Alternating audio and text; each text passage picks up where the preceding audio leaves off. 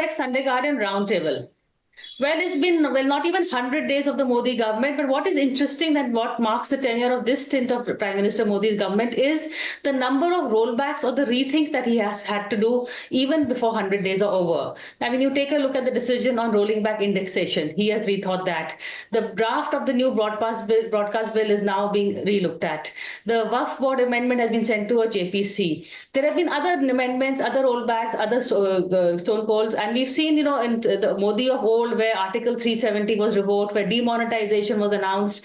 All that is not happening anymore. Of course, the mandate is lesser, but do we see a weaker Modi mandate, has the mandate now telling on the Prime Minister? That is something we're going to be discussing on the show today. Joining me on the show is M.K. Venu. He is the founding editor of the Wire.in. Aditi Fadnis, she is a columnist and a senior journalist and an author. Dilip Cherian, he is an image guru and a political columnist and analyst. Venu, you've seen, in fact, I wanted to also congratulate you on the broadcast bill, because I know you had a lot of, you've been really asking for the government to rethink the new draft of the broadcast bill.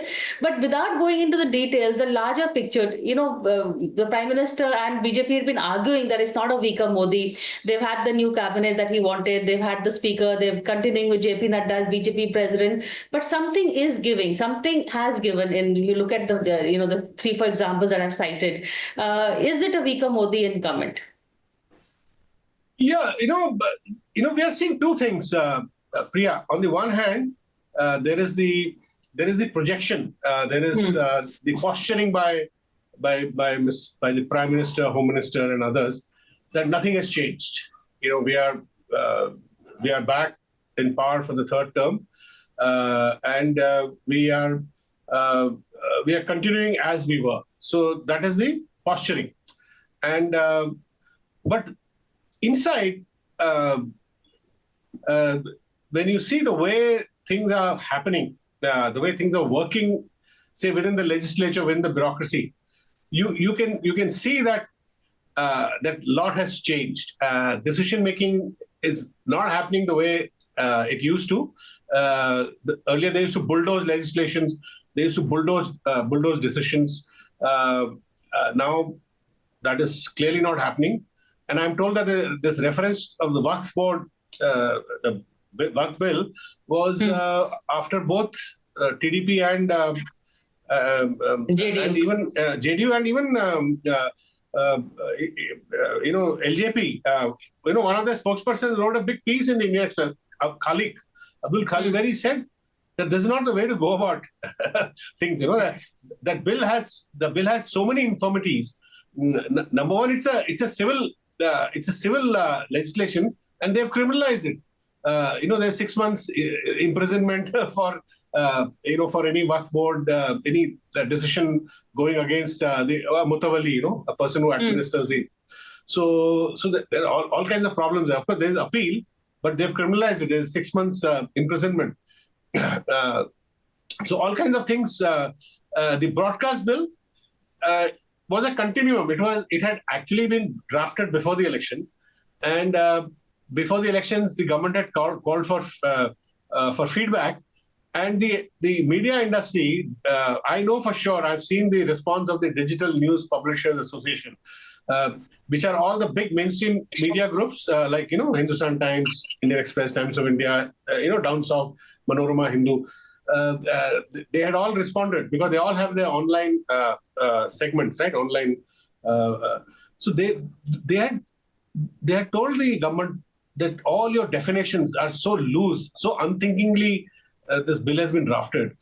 And the more important point that they had made was that you had come up with similar pre-censorship or regulation of the news media following the IT Amendment Act in 2021. If you remember, the IT Amendment Act, they set up a bureaucratic committee to give powers to a set of joint secretaries from Home Ministry and various other ministries to take down any online news without even informing the publisher. A clear violation of Article 19, freedom of as the jurisprudence which has evolved in India, you can't touch the way you do pre-censorship of, say, entertainment.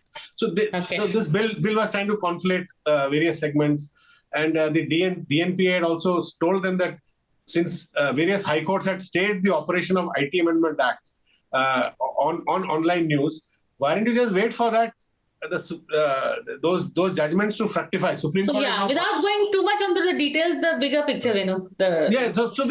So the point I'm making is there was a pushback, and now they've withdrawn the bill, and they want to come up with a fresh one, where now they say we want to take all the stakeholder feedback on board. Now, who told you not to take stakeholder feedback on board earlier, right?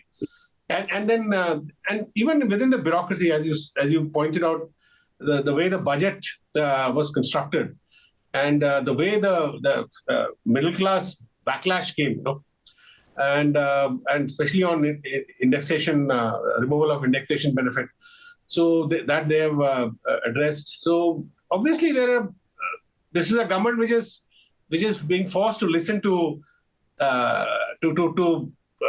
opposition in parliament.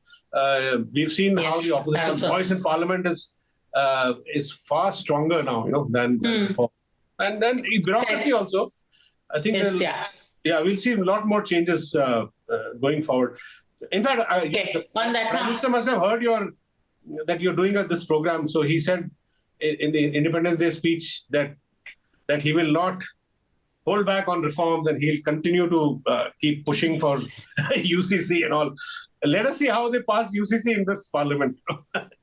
Correct. No, I just remembered I left out the UCC, which is also he's renamed it to a more palatable secular civil code rather than a uniform. But this is a renaming Sarkar, no? So they renamed everything. That is true. But at least the renaming is now more palatable to the people's senses rather than pushing down, various names. Aditi, your take on what's happening? Well, I think it reflects the new realities of Parliament. So that's very clear. Second, Narendra Modi has been what in Hindi they call Ek Chhatra Prime Minister for the last 2 terms. Now, he's not used to doing things by consensus. So this is something that he feels is thrust upon him, and I don't think he likes it very much. The OTT, for instance, was the review of broadcast laws, and including OTT in this law was a suggestion made by the Sar Sangh Chalak, Mohan Bhagwat, in one of his speeches on Vijayadashmi, where he said that over-the-top channels are undermining family values and they need to be reviewed pronto. And the government acted immediately on that. I don't know if before that they had any intention of taking this, doing this review, including OTT, which everyone knows is extremely difficult to implement. So now he has the excuse that, Parliament is not in our favor, and it could be partly because it's your fault. But at the same time, we are trying to review this, and we take your concerns on board. So it's a very delicate kind of trapeze act that the BJP now has to do. So far, to my knowledge, the Sangh has not really had any extensive meeting at a higher level to understand why the BJP slid back in the way that it did. But I'm sure all these issues, including legislation, which Sangh felt was not, to use an overused phrase, not right-wing enough, could be one of the issues which the Sangh will now argue is led to the BJP. Okay. But but Dilip, otherwise, if you just apart from the broadcast bill, if you just take a look at the whole, the trend that is happening, we never saw this happening in the earlier 2 terms, but now already it is not even 100 days, and yet he's been forced to take a few steps back, which he won't like. That's not the Modi we know. Sure, but I think that he recognizes quite clearly that he is no longer the arbiter of everything. And it's an uncomfortable position. And I think we've heard that already. Where we need to look at is what happens next. Is there going to be more of yesterday's kind of rhetoric infused into all the rest of the speeches? But you realize that there is a lot of pressure. The kind of pressures that are going to be seen are only going to be exacerbated by the fact that we have three very important elections coming up, and perhaps a fourth, if what the election commission is supposed to announce today is going to happen.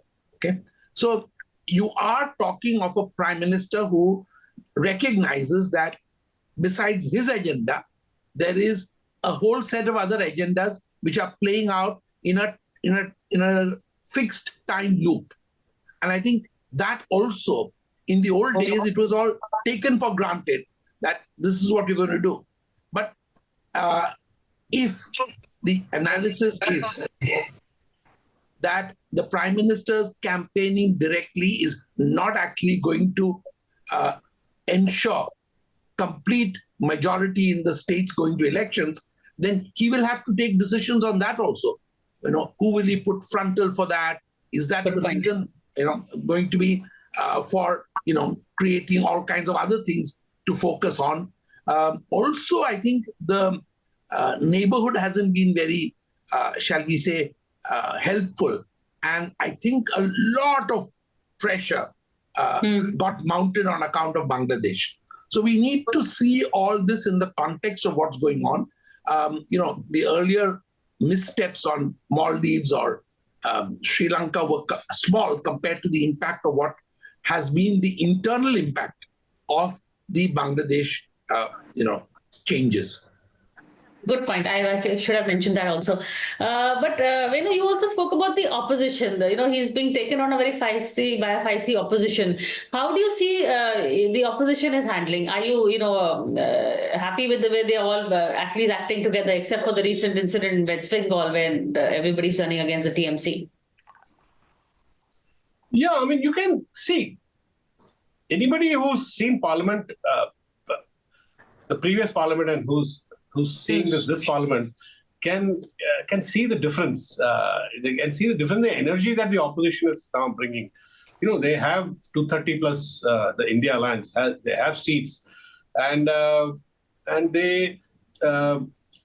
And if you've looked at the speeches, whether it was whether it was a debate on President's address or subsequently the budget, your channel can do a survey. And on the number of speeches, effective speeches, 90% of them came from the opposition. I agree. Yes. You had this bizarre side where the Treasury benches were just looking at the opposition and just taking one powerful, one strong speech after another, and not able to counter. And finally, one counter came from Anurag Thakur, which also was a kind of at some level backfired, right?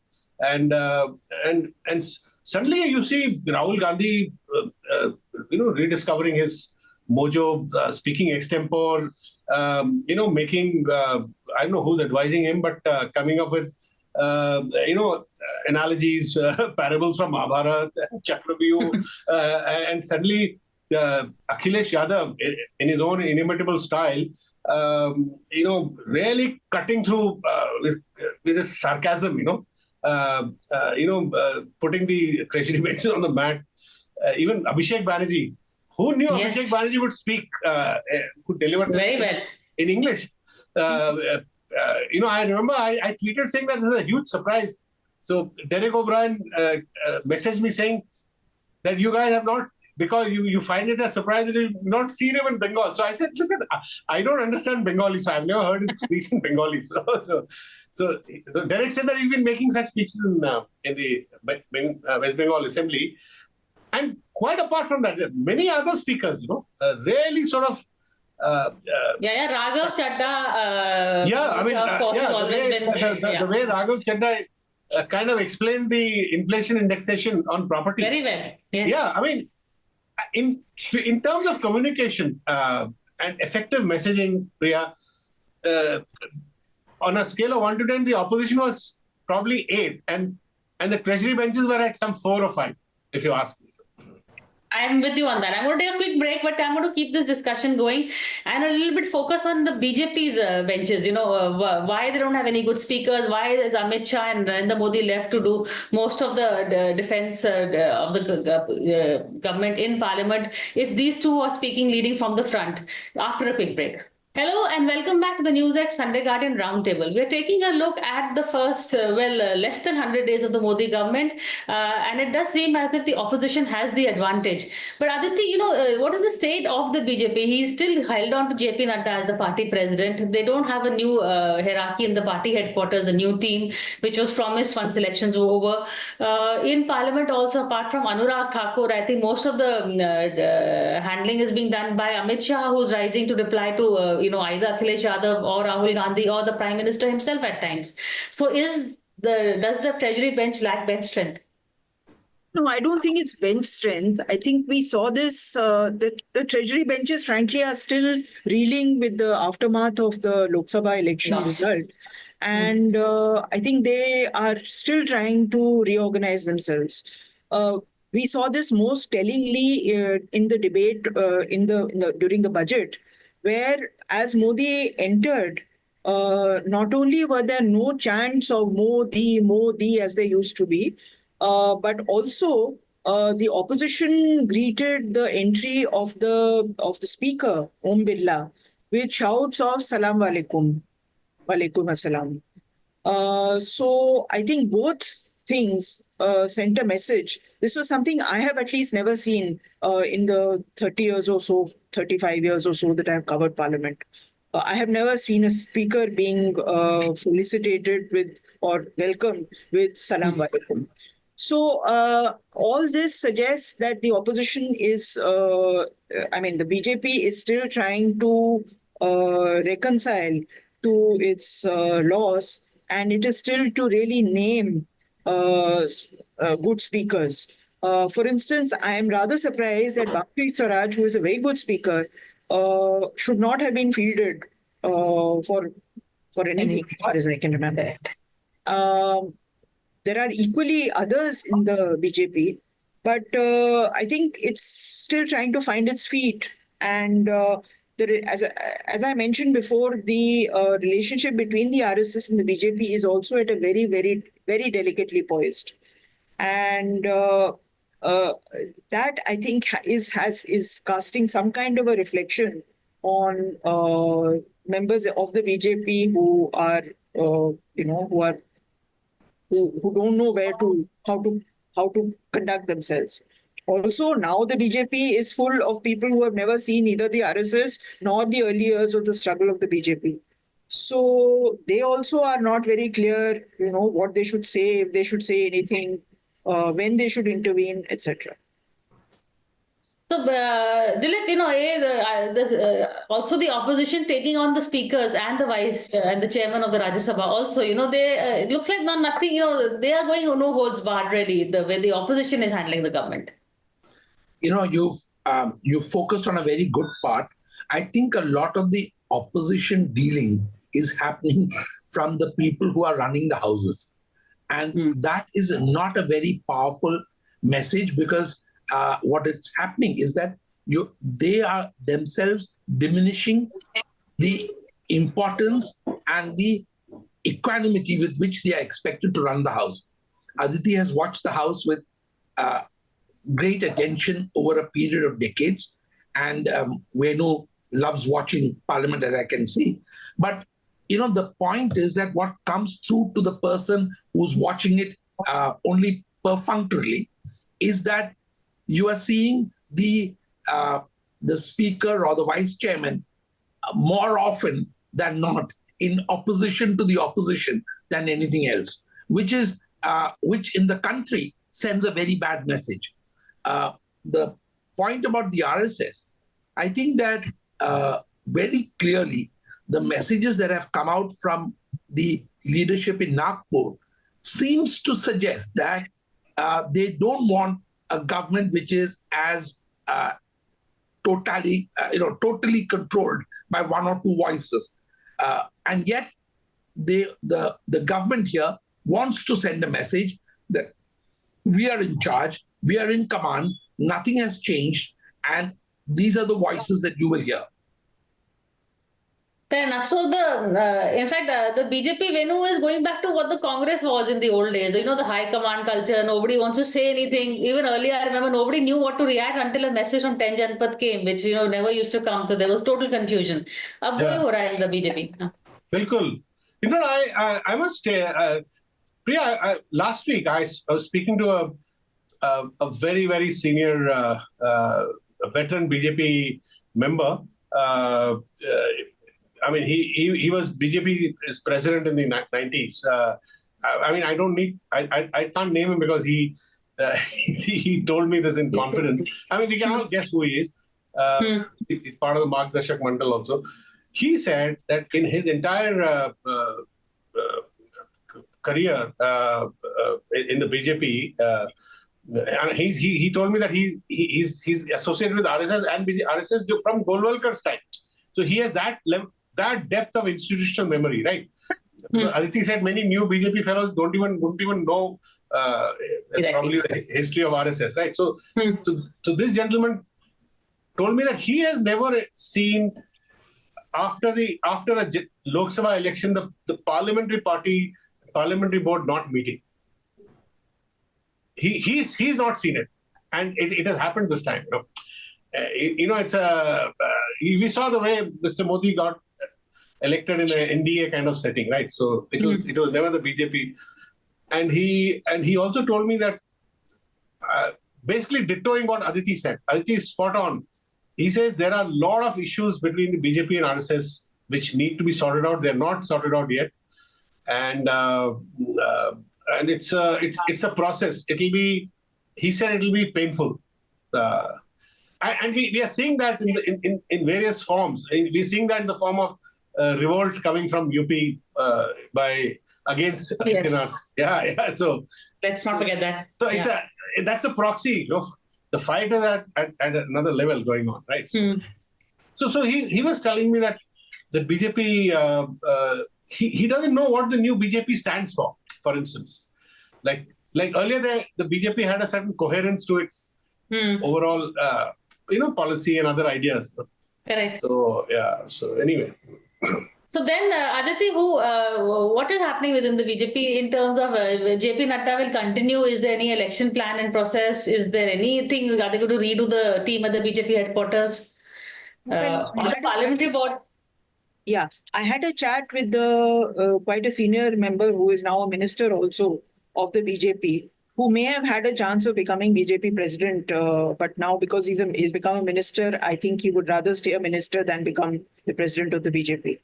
But he told me that a new BJP, quite spontaneously, that a new BJP president will be selected in the next 6 months after the Lok Sabha election, after the assembly elections. So I said, your choice of words has been noted, and you said selected, not elected. So he kind of thought back on what he had said and laughed. But that's a secondary issue. I think the most important thing is there are no RSS organizing secretaries in at least 6 states, 6 state units of the BJP. That's number one. So there is no one who is a go-between between the RSS and the BJP. Second, the RSS itself has gone something of a transformation. The fact that the RSS, if you're a member of the RSS, you can now come out in the open, even if you're a government servant, and say that you're a member of the RSS is one part of the story. The other part of the story is RSS people no longer balk at sitting in the car with the minister and waving to people on the two sides. This never used to happen. RSS people were unrecognizable, were people who did grassroots work, and everyone across party lines used to respect them. But lifestyle changes have happened, and lifestyle changes, as we know, Priya, are not good for health. Yeah. Some lifestyle changes. Priya, can I add something to what Aditi said? She, earlier the dictum used to be that RSS will be working with Samaj, BJP with Satta. Now RSS people seem to be straddling Satta and Samaj both. As Aditi said, sitting in a car with the minister. And number two, Number two, another very interesting thing. The the veteran BJP leader who I referred to, who I was speaking to last week, he told me that the person Aditi is referring to, a very senior minister, a senior BJP leader who was a minister. He suggested that he's been made a minister because they were scared that RSS would make him party head. Party president. yeah, party president. So that's a very interesting part. Also, I think it is a bit apocryphal that we've had such a large robbery in Ayodhya of street lamps. So in some senses, while they may blame it on many things, but the fact is that the light seems to have gone out in some parts of Uttar Pradesh at least. And I think that while we watch the state elections, the 10 by-elections or something which are going to happen in UP are going to be far more significant and politically far more, shall I say, ripe with possibilities than we realize at this point in time. So that is where a lot of the changes are going to be triggered out of. Fair enough. So, Aditi, what we're seeing really is, for instance, the by-elections in UP, that's really going to have an impact on the proxy war that Venu talked about between the RSS and the BJP. If Yogi manages to hold on to his seats, then of course that means the RSS camp is heavy. In the Maharashtra election, Jharkhand election, how will they all impact the next party president? If the BJP loses, will the RSS then have more of a say in choosing the gentleman or the person who will be? Absolutely. And even right now, the RSS appears to have an upper hand. I was told that an organization person will make it to the party president. Now, maybe an overtly RSS person will be selected because there is going to be very little good news from the assembly elections when they're held. So that's number one. Number two, I think you did not hear anything. I was a bit surprised because I thought it might be mentioned. You did not hear anything about the NRC in the Prime Minister's Independence Day address. So in the immigration or migration by people who are non-Hindus across the borders, used to be so much of a central plank for the BJP, and the PM didn't even mention it. So maybe this is a concession also to opposition parties, which is actually a defeat from the RSS's point of view. So, frankly, I think we must all find it in our heart to feel a bit sorry for the Prime Minister, who is being pressured from both sides of the. I mean, he's both sides are sort of pushing him in the middle. Venu is looking very hard. But at the end of the day, I think this is also a Prime Minister who's known for his comebacks. He is, someone who, when he's in a corner, does fight back. So let's see what happens the next 6 months. As Dilip said, there are some markers that are going to be very telling, and we're going to keep watching them. But for now, that's it. Thank you for taking part in the show, and thank you for watching it.